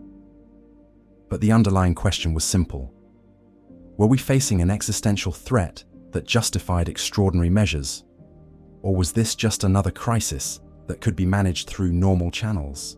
The answer came 3 days later, when Forge World Metallica went silent. Metallica was one of the most heavily defended installations in Imperial space. Multiple Titan legions, significant Skitarii forces, orbital defense platforms that could stop a fleet, and psychic shielding that made chaos infiltration nearly impossible. If something could neutralize Metallica without triggering general alerts or distress calls, it represented a threat beyond anything we had previously encountered. "Reconnaissance in force," I ordered, assembling a strike force built around veteran sisters and supported by Space Marine elements. "Full battle order deployment, assume maximum opposition, prepare for extended operations." The journey to Metallica took 8 standard days aboard the battle barge Undying Faith. I spent the time reviewing intelligence reports and conducting final equipment checks, trying to prepare for whatever had been powerful enough to eliminate an entire Forge world without apparent struggle. The answer was waiting for us in orbit. Metallica still existed, its forge cities and industrial complexes functioning normally according to external observation. But when we attempted to establish Vox contact, the responses came back wrong. Not corrupted or heretical, just wrong, as if the responses were being generated by entities that understood the forms of Imperial communication, but not the substance. "Something is wearing Metallica's skin," observed Brother Captain Thaddeus of the Ultramarines, his enhanced senses detecting patterns that normal humans would miss. "The infrastructure is intact, but the people operating it have been replaced or fundamentally altered." Landing operations confirmed his assessment. The tech adepts working the forges moved with mechanical precision, but their responses to direct questions were scripted rather than natural. Skitarii patrols followed their assigned routes perfectly, but showed no curiosity about our presence or concern for security protocols. Most disturbing of all were the servitors. Normally, servitors operated with the mindless efficiency of biological machines, following programmed instructions without deviation or independent thought. These servitors showed signs of awareness, subtle head movements tracking our passage, optical sensors focusing on details that shouldn't have interested them, and what looked suspiciously like communication between units. Necron infiltration, I diagnosed after observing their behavior patterns for 3 hours. The living metal technology can mimic biological forms well enough to fool casual observation, but not detailed analysis. Brother Captain Thaddeus nodded grimly. If the Necrons have developed the capability to systematically replace Imperial populations without detection, the strategic implications are... He didn't finish the sentence, but he didn't need to. The Necrons were patient, methodical, and possessed technology that predated human civilization by millions of years. If they had decided that replacing Imperial populations was more efficient than direct conquest, they could theoretically subvert entire sectors before anyone realized what was happening. How long? I asked, scanning the forged city with enhanced optics and trying to estimate the scope of the infiltration. Unknown, he replied. The replacement process appears to be gradual rather than instantaneous. They're probably targeting key personnel first, then expanding to include critical support staff, then finally replacing the general population. The implications were staggering. Metallica wasn't an isolated incident, it was a proof of concept. The coordinated chaos attacks we had been tracking weren't chaos at all, but misdirection designed to focus Imperial attention away from the real threat. We need samples, I decided. Live captures for analysis, technological specimens for study, and complete documentation of the infiltration process. What followed was 3 days of the most disturbing combat I had ever experienced. Fighting chaos cultists or demons was horrible but comprehensible. They were recognizably evil, obviously corrupted, clearly marked as enemies of humanity. Fighting Necron infiltrators was like battling shadows of people who should have been allies. The tech adept I killed on the second day had been perfectly human in every way that mattered. Biological systems, normal responses to pain and fear, genuine knowledge of Imperial doctrine and technical procedures. Only detailed analysis revealed the Necron control implants embedded in his nervous system, invisible to normal observation but capable of overriding his conscious decision-making processes. He hadn't been replaced. He had been conquered from within. His own mind turned into a weapon against everything he claimed to serve. And he had never even realized it was happening. The Skitarii we captured on the 3rd day told a similar story. Gradual infiltration through what appeared to be routine medical procedures, control systems so sophisticated that the victims never suspected their autonomy had been compromised. They genuinely believed they were serving the Emperor's will, even as their actions furthered Necron objectives. By the time we extracted from Metallica, I had enough evidence to brief the High Lords of Terror themselves. The Necron infiltration wasn't limited to a single Forge world. It was a galaxy-spanning operation that had been running for decades, possibly centuries. Every major Imperial installation was potentially compromised. Every key official possibly under alien control. The war we thought we were fighting against chaos was a distraction. The real war was against an enemy so patient and methodical that they were willing to spend millennia positioning themselves for a single, decisive victory. Total recall, I ordered upon our return to Cathedral Sanctum. Every sister, every sacred relic, every blessed weapon. We're not fighting for territory anymore. We're fighting for the survival of human consciousness itself. The next phase of the war would be unlike anything the Adepta Sororitas had ever faced. Not glorious charges against obvious enemies, but careful investigation of apparent allies. Not clear victories marked by destroyed foes, but the endless paranoia of knowing that anyone could be compromised. But this was why the Emperor had created us. Not to fight battles that could be won through normal means, but to stand guard against threats that would drive normal humans to despair. We were his sword and shield in the darkness, and we would not break no matter what the galaxy threw against us. As I stood at my office window, watching novices train for battles they couldn't yet imagine, I felt the weight of absolute certainty settle around me like armor. The Necrons were patient, sophisticated, and possessed of technology beyond human understanding. But they had made one critical error in their calculations. They had assumed that humans would respond to infiltration and subversion with fear and paralysis. Instead, they had awakened something that had been sleeping in the depths of human faith: the willingness to burn down everything we had built rather than see it corrupted. If necessary, we would purge every world they had touched. If required, we would execute every official they might have compromised. If the situation demanded it, we would reduce the Imperium to ash and rebuild it from the ground up. The Emperor's will would be done, regardless of the cost. This galaxy belonged to humanity, and we would defend it until the last sister fell and the final prayer was spoken. The Necrons would learn what 10,000 years of warfare had taught every other enemy who had challenged the Golden Throne. Faith conquers all, the Emperor protects, and his daughters never surrender. The war against the Necron infiltration consumed the next 5 years of my life, transforming the Adepta Sororitas from a military order into something resembling a galaxy-spanning inquisition. Every world we investigated revealed new horrors, populations that had been systematically replaced over generations, officials whose minds had been hollowed out and refilled with alien programming, entire sectors where human consciousness had become an endangered species. The purges were necessary, but devastating. When we discovered that Cardinal Vex of the Calixis sector had been compromised for over 30 years, we didn't just execute him. We burned down every institution he had touched, every policy he had influenced, every person he had personally ordained. 17 worlds declared emergency quarantine, 4 billion souls subjected to intensive screening for Necron contamination. The theological implications kept me awake during the few hours when I wasn't actively hunting infiltrators. How long had this been going on? How many of our most sacred traditions had been shaped by alien influence?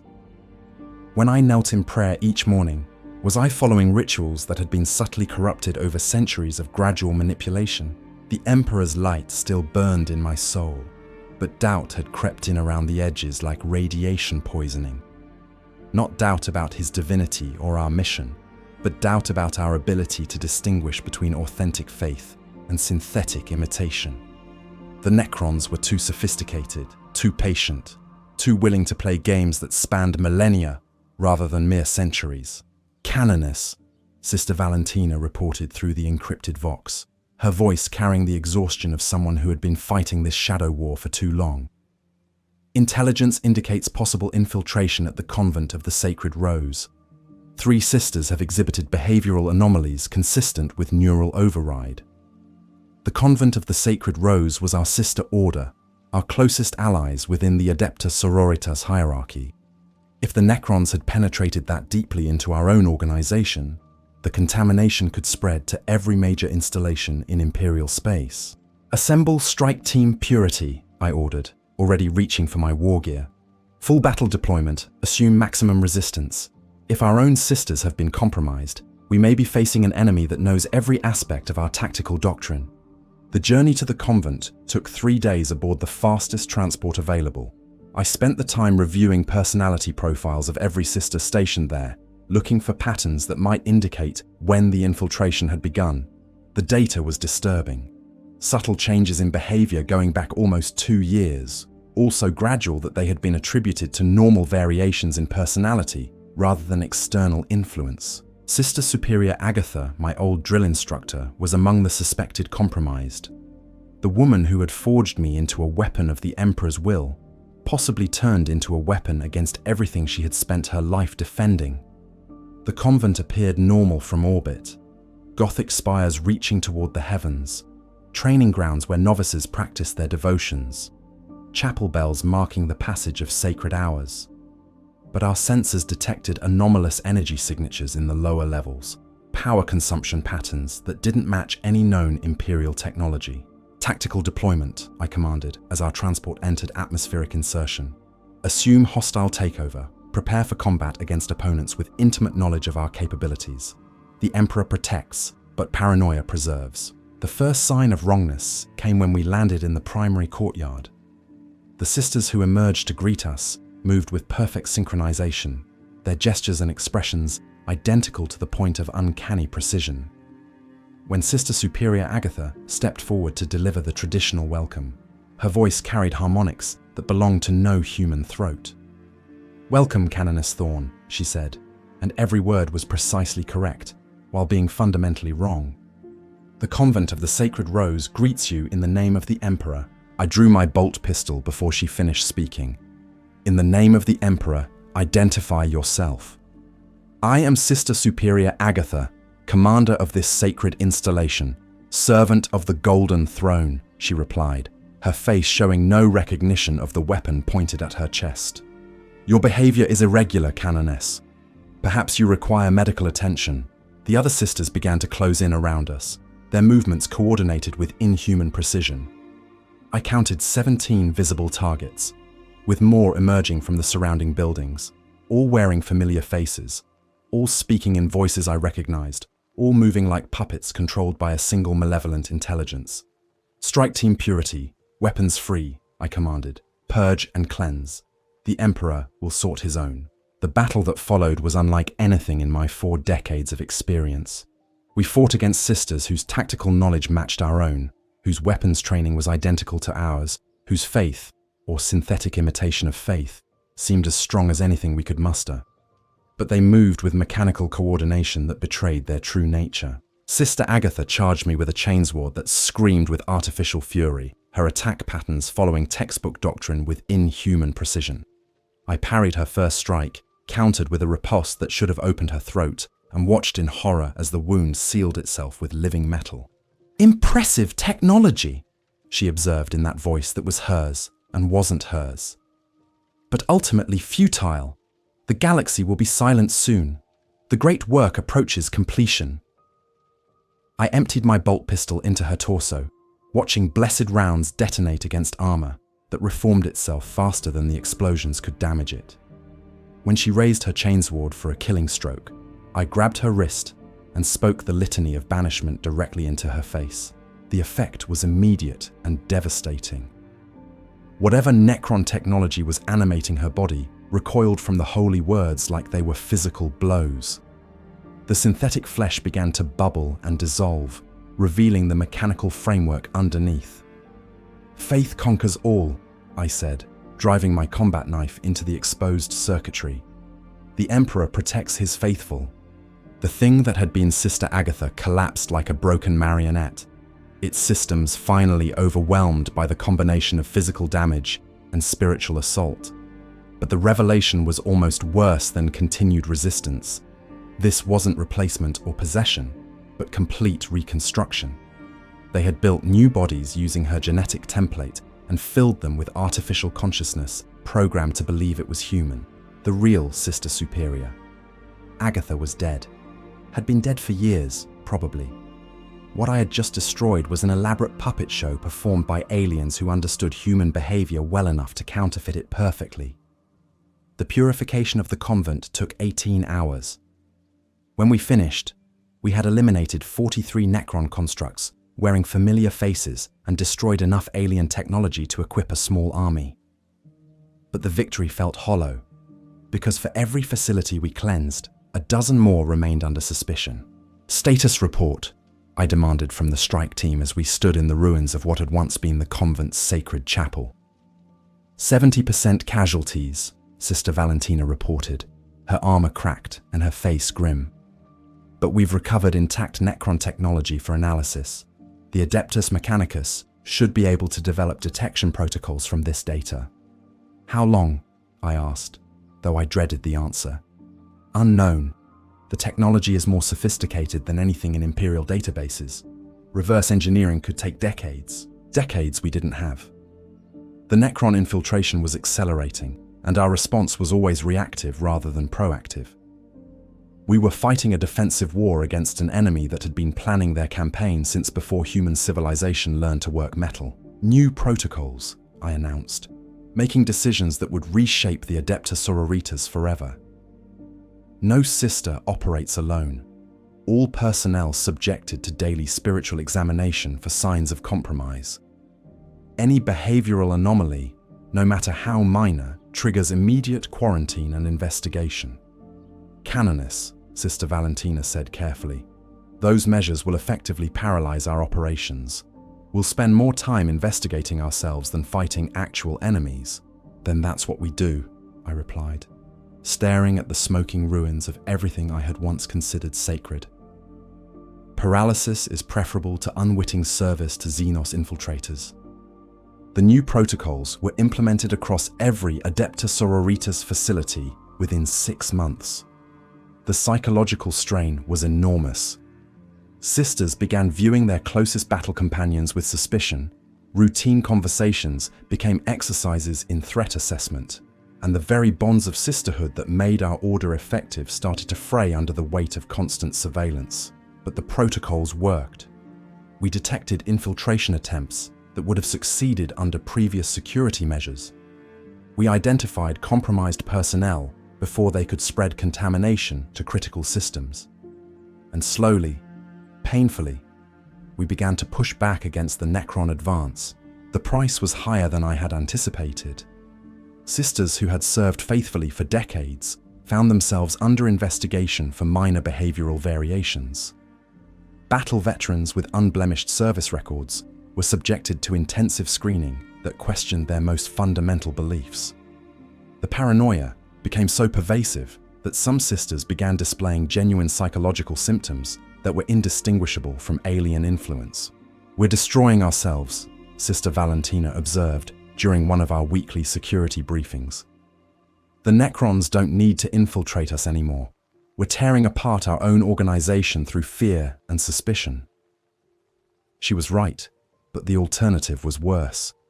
Better to be a smaller, more secure force than a larger one compromised by alien influence, I replied, though the words felt like ash in my mouth. The Emperor expects us to preserve human consciousness, not human comfort. The final revelation came during my 52nd year of service, in a classified briefing that included only the highest levels of Imperial authority. Inquisitor Lord Hex, now more machine than man after multiple encounters with Necron technology, delivered intelligence that changed everything. "The infiltration wasn't random," he announced, his augmetic voice devoid of emotion. "Analysis of recovered data indicates the Necrons have been conducting a systematic study of human consciousness for the past 4,000 years. They're not trying to replace us, they're trying to understand us." The implications hit me like a physical blow. Understand us for what purpose? Unknown. But the level of detail in their psychological modeling suggests they're preparing for something that requires intimate knowledge of human behavior patterns. Not conquest through force, but something more sophisticated. Cardinal Morteus leaned forward, his face pale with implications he didn't want to voice. "Are you suggesting they're planning to—" "I'm suggesting," Inquisitor Lord Hex continued, "that everything we think we know about Necron objectives may be incorrect. They don't want our worlds or our resources. They want something that requires them to become us." The meeting continued for 8 more hours, covering scenarios that grew progressively more disturbing. But the central question remained unanswered. What could ancient machines that had once ruled the galaxy possibly want from their short-lived organic successors? I returned to Cathedral Sanctum with the weight of cosmic uncertainty pressing down on my shoulders. 52 years of service had taught me to face any enemy with faith and fury. But how do you fight an opponent whose objectives you can't even comprehend? The answer came to me as I stood in my office, watching novices train in the courtyard below. The same novices I had observed at the beginning of this crisis, now hardened by years of paranoia and suspicion, but still fundamentally human in their dedication to something greater than themselves. We couldn't understand the Necrons' ultimate objectives because we were thinking like humans trying to comprehend alien motivations. But we didn't need to understand them to defeat them. We just needed to remain authentically human while they tried to copy us. "Assemble the conclave," I ordered through the Vox. "Emergency session. Full attendance required." This war wasn't ending anytime soon. The Necrons were patient, sophisticated, and possessed of technology that made them nearly indistinguishable from those they infiltrated. But they had one critical weakness that no amount of study could overcome. They were artificial, and artificial things, no matter how sophisticated, could never truly replicate the divine spark that made humanity worthy of the Emperor's protection. We would continue to fight. We would continue to purge. We would continue to pay whatever price was necessary to preserve human consciousness in a galaxy that seemed determined to extinguish it. Because that was what faith meant. Not the certainty of victory, but the refusal to surrender regardless of the odds. The Emperor's will would be done. Everything else was just details.